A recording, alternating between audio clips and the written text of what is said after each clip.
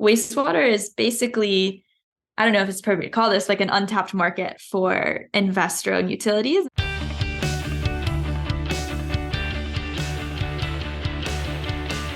I am Reese Tisdale, and this is Future Water, in which we talk about all the ways which companies, utilities, and people are addressing the challenges and opportunities in water.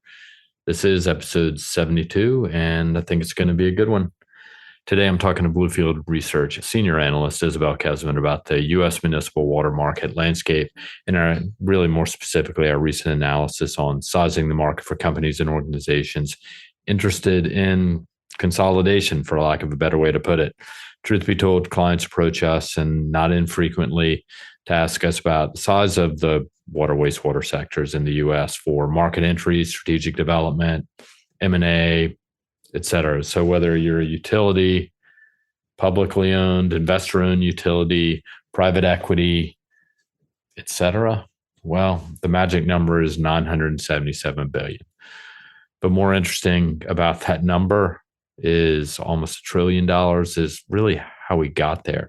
So for this reason, I've asked Isabel to share some of her insights, her research methodology, and how she developed this number, not only nationwide, but state by state, utility by utility, et cetera. So she has some interesting takeaways that will be really interesting to hear about. So before we bring her on, I want to throw out one main thing.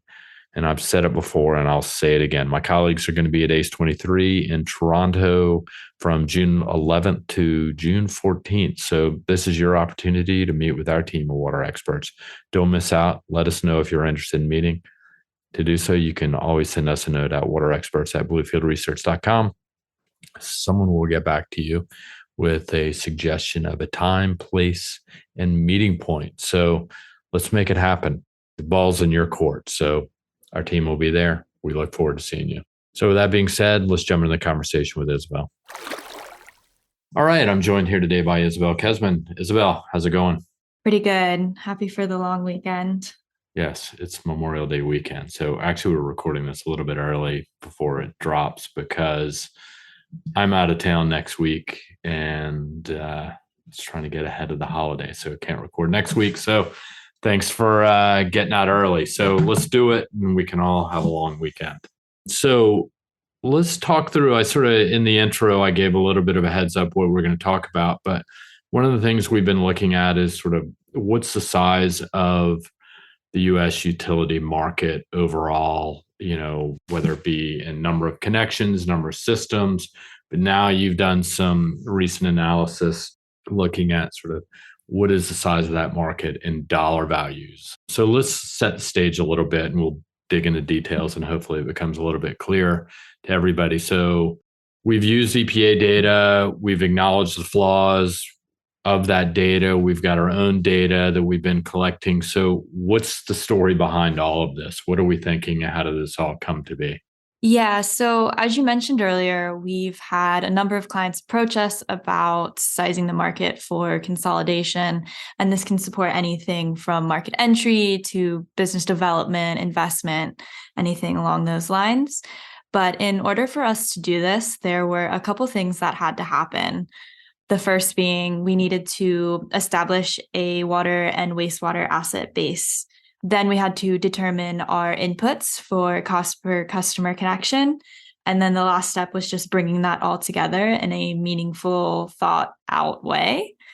The biggest challenge here is actually that first step of establishing the asset bases, because as you've hinted at in the question, the underlying EPA data that we work with and other professionals in the sector work with, it's, the baseline data for the water industry. What's the best way to put it? It has its limitations. And so we definitely spent a lot of time making sure that we felt good about our asset bases before we could jump into the cost per connection and the whole market sizing exercise. Yeah, I mean, admittedly, this has been a bit of an evolution over time as we get a better understanding. We get a better understanding of client needs. So why don't we let's start with that. Like, what do you mean by the limitations for the water, wastewater data, and sort of walk us through that? Yeah. So for starters, The US water data that we get from the EPA Safe Drinking Water Act database, we kind of describe it as being apples to oranges with the wastewater data that we can pull from the EPA. And this is basically because the water data is reported at the system level. We always look at the community system level, whereas the wastewater data is at the permit or facility level. And this is basically because what the Clean Water Act needs is monitoring of discharge, and the discharge happens at the permit facility level. And then on top of this, the wastewater data, as far as I've seen, and I've had client conversations as well, it's definitely more difficult to work with. It's less transparent, and it's just not as clean as the water data. We actually at Bluefield, my colleague Charlie and we have two separate methodologies just for cleaning up our wastewater asset base. We have one for isolating the relevant facilities that treat municipal wastewater, because that's what we're after here is the municipal market. And that includes those privately owned facilities that treat municipal waste, not just the publicly owned treatment works, which is kind of the number you've seen thrown around, but there are privately held facilities that are just as important. So we spent some time capturing that. And then the second methodology that we have for this wastewater base is estimating population served and connections.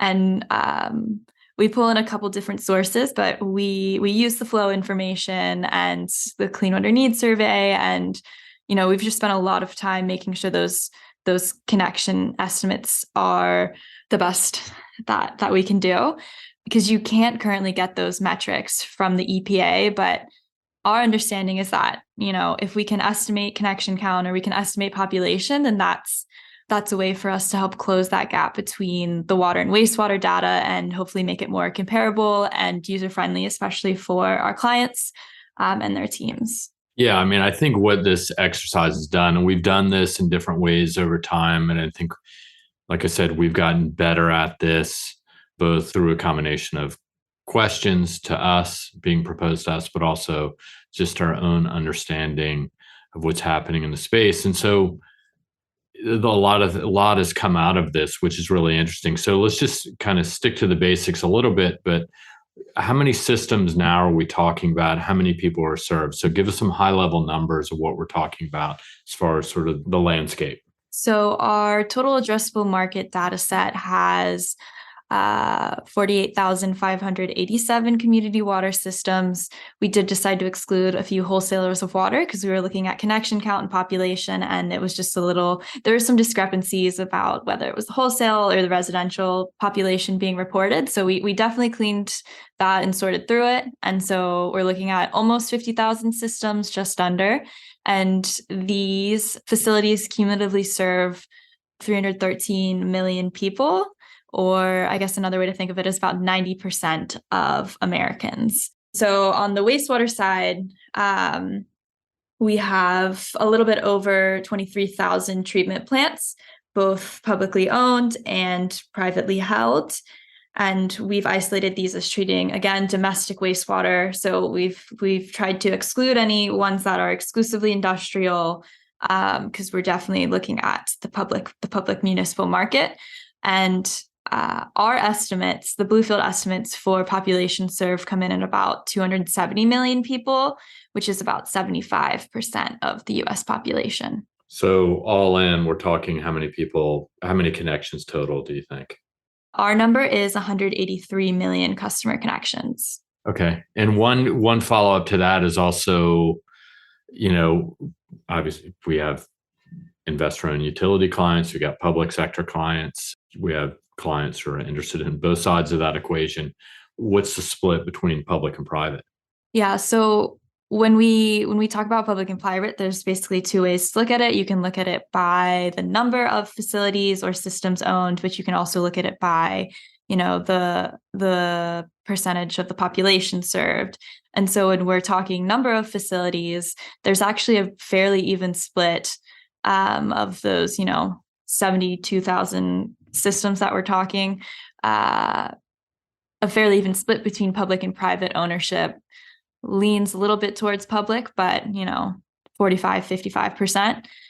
But when we think of it in terms of those 183 million customer connections, 90% of those, and that's, maybe a little bit less, maybe a little more, but I'm going to go with 90% of those are part of publicly owned systems. So I guess another way to think about this is just, we have a very highly fragmented market, and there's a high volume of very small and small systems, ones that serve less than 3,300 people. But there's a good chunk of these that are under private ownership, or at least identify as being privately held. So I think that's a good, overview of what the US market looks like. Yeah, and I would say as a whole, though, I mean, a step beyond this, maybe next level of the data, which we can dig into a little bit, but in a second, that is, but we talk about, you said 10 or so percent, let's say 90% is publicly owned, 10% or so water wastewater is privately owned. But of that, really, we'd spend a lot of time looking at like leading IOUs, like investor-owned utilities, like the American Waters of the world, the Cal Waters, San Jose Waters, Eversources, or Aquarian, depending on how you want to label them, et cetera, et cetera. We look at these firms, but they represent closer to like 6%, right? I mean, of the total. So it's actually a smaller share than even oftentimes they're even getting, I guess, credit for. So I think that was a really interesting, good takeaway from all of this. But one of the reasons for this exercise, getting even a little bit further, is what's the size of the market? So by that, when we talk about, the total addressable market for market entrants or companies looking at the utility space, what's the size of the market? What are we talking about? Yeah. So once I guess this would help to, frame it a little bit, but once we established that asset base, the next step in our process was to leverage our investor and utility merger and acquisition database, which is part of what our private water team works on. So we go through, we collect any mergers and acquisitions of water and wastewater systems, and we're tracking the purchase price, the size of the system, all that stuff. And so what we did is we use that data set to determine an appropriate cost per connection or appropriate cost per connection multipliers based on what companies and investors have historically been paying to acquire water and wastewater systems. And so once we integrated these inputs, the magic number we got to was $977 billion. And I guess now that I throw that number out there, I think it'd be good to explain kind of our thought process behind it.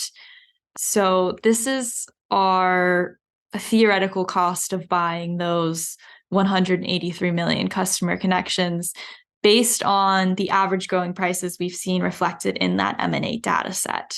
Obviously, this doesn't take into account, the health of the infrastructure, and we don't mean it to be an appraisal per se, but we want it to be thought of more as a reflection of the scale of opportunity for utility ownership or consolidation.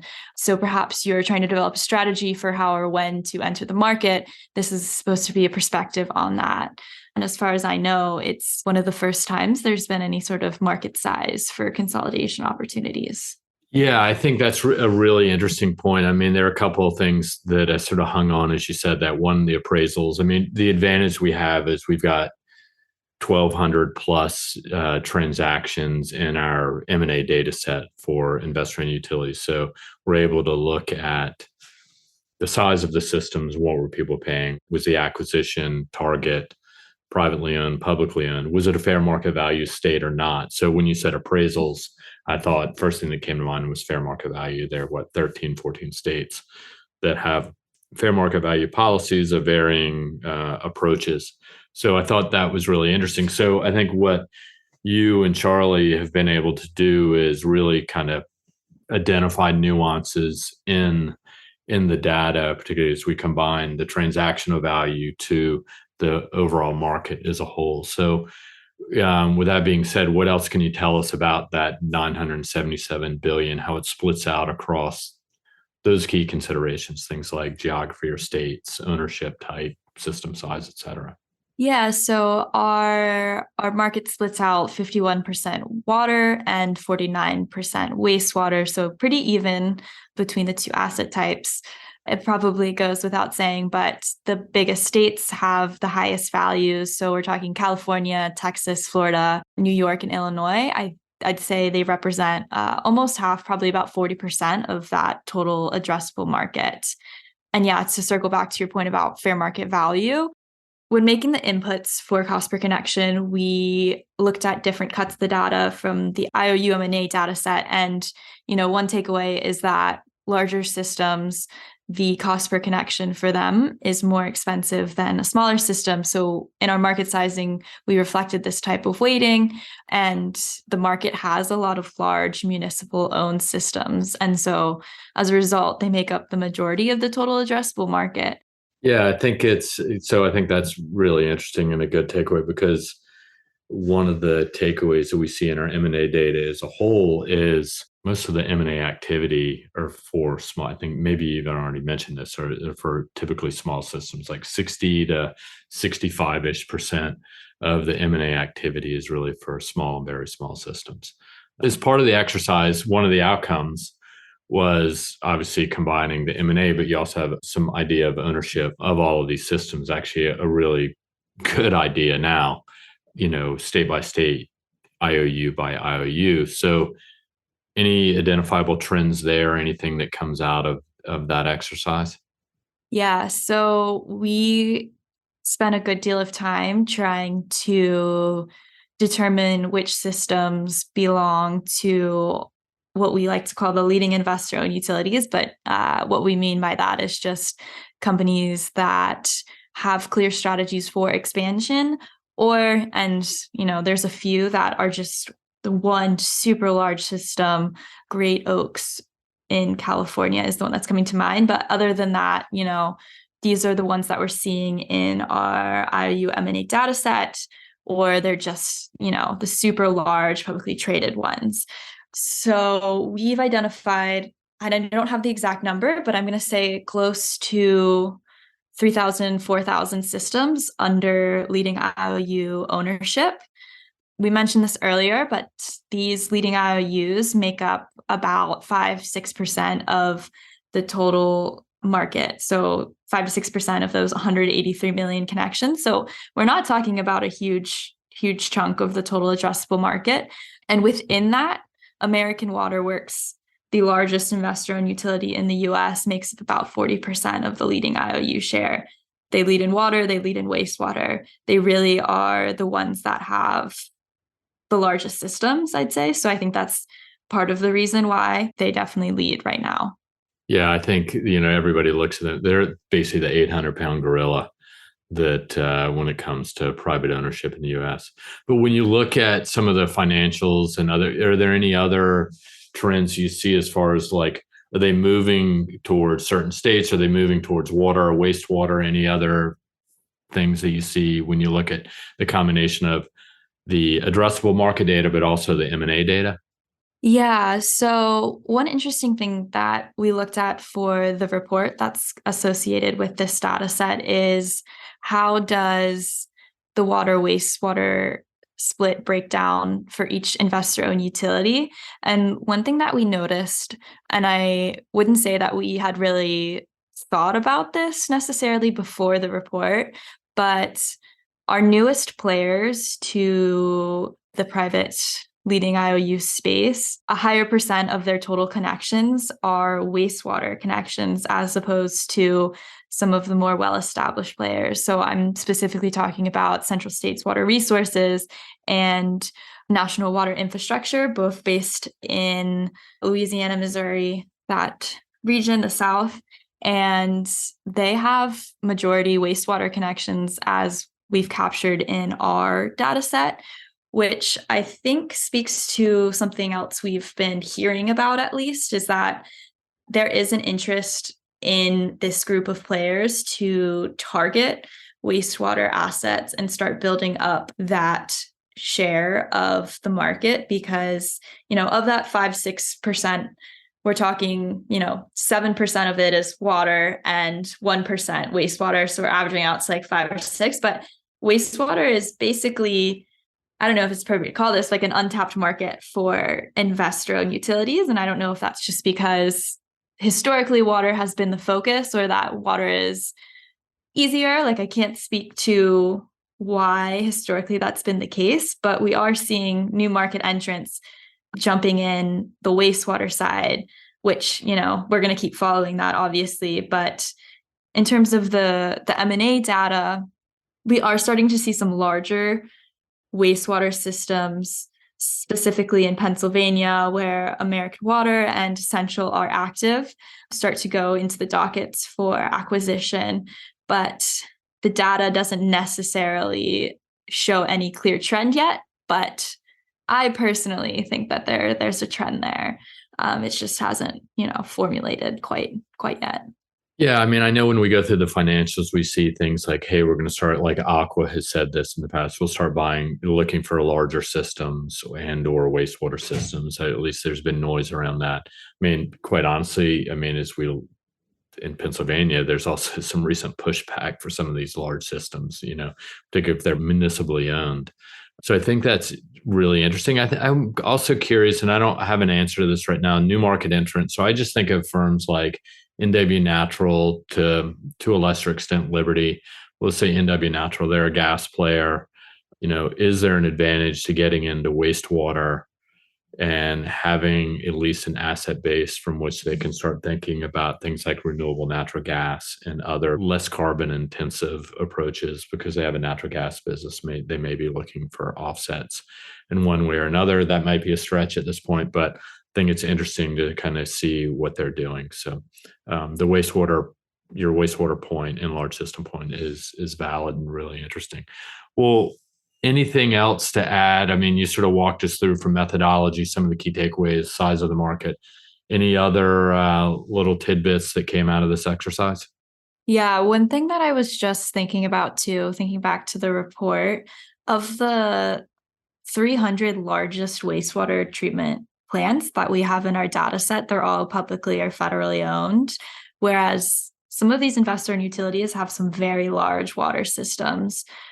Specifically in California, if you think about, Cal Water, San Jose, American Water, there's large water systems under private ownership, but we aren't seeing too many of that. Besides, I think the largest one right now is the York City Sewer, which was acquired by American just last year. So definitely watching wastewater in the private water space. Other things about the data set that I think are important to add. We want to recognize that, consolidation is just one path to improved water and wastewater services. There's other options, public-private partnerships, municipal annexes, or, third-party operations and maintenance contracts. There's a lot that can be done. We're also seeing cooperatives such as EJ Water, private equity involvement, but we have 72,000. We're talking 72,000 water systems and wastewater treatment plants. There is a need for consolidation, and I don't think we shy away from saying that, but we recognize, it doesn't have to be like private. It can be publics acquiring smaller privates. It's just, it's really about getting that scale to a more manageable place where we can make those infrastructure upgrades.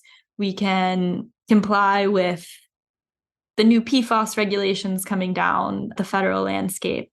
There's a lot that needs to happen to make sure our systems are in the best shape possible and that we're all getting the quality of water that is needed and deserved. So we're really following consolidation as an opportunity for all of our clients, basically.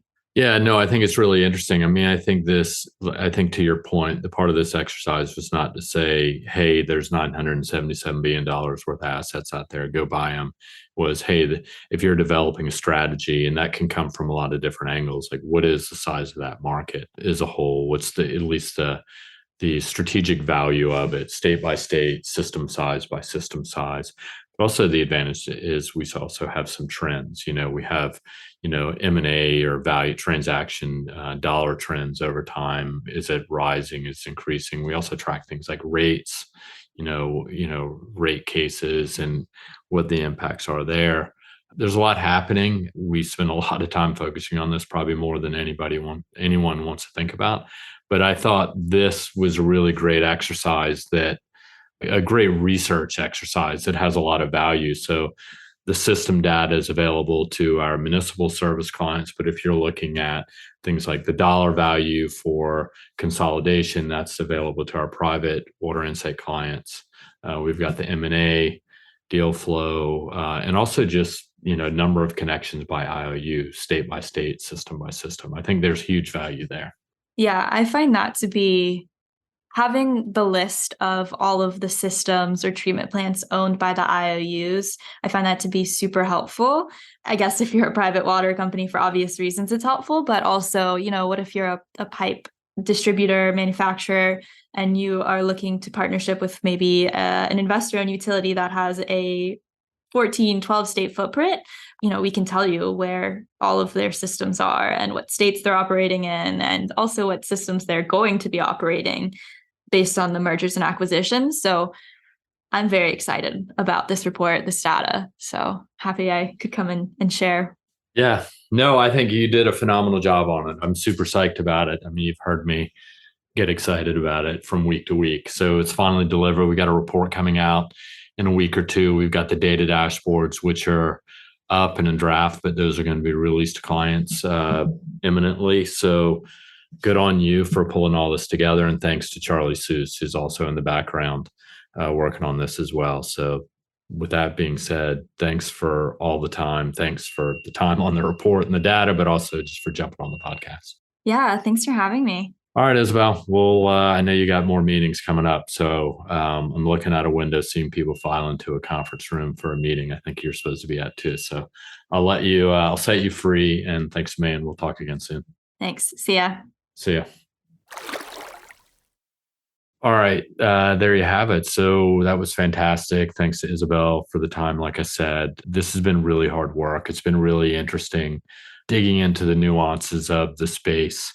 Like I said, admittedly, we're pretty transparent about how we go about things here, not trying to hide anything. So her willingness to share sort of from bottom up the challenges that we face, but also the outcome of the analysis and the model development has been helpful. So before we sign off, if you're in Boston, let us know. We can set up a meeting at our location. It's downtown, a couple minutes. It's a 2-block walk from the train.